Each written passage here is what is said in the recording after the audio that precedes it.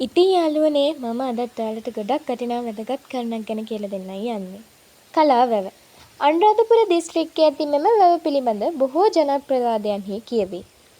ධාතුසේන රජතුමා විසින් සාදන ලද මෙම මහා වැව තනවා ඇත්තේ ගෝන නදිය හරස් කොටය. ද්‍රවිඩ සතුරු ආක්‍රමණයන්ගෙන් බේරී පලා යන විටක තරුණ ධාතුසේන කුමරාට වනාන්තරයේ ගෝන වැලක් හරස් වී පැවති කලාඔය මෙම ජලකඳ හම්බෙන් මුණ ගැසුණු බවද පසු කාලෙක රාජ්‍යත්වයට පත් වී එම ස්ථානයෙහි මෙම මහා වැව ඉදිකර වූ බවද පැවසේ.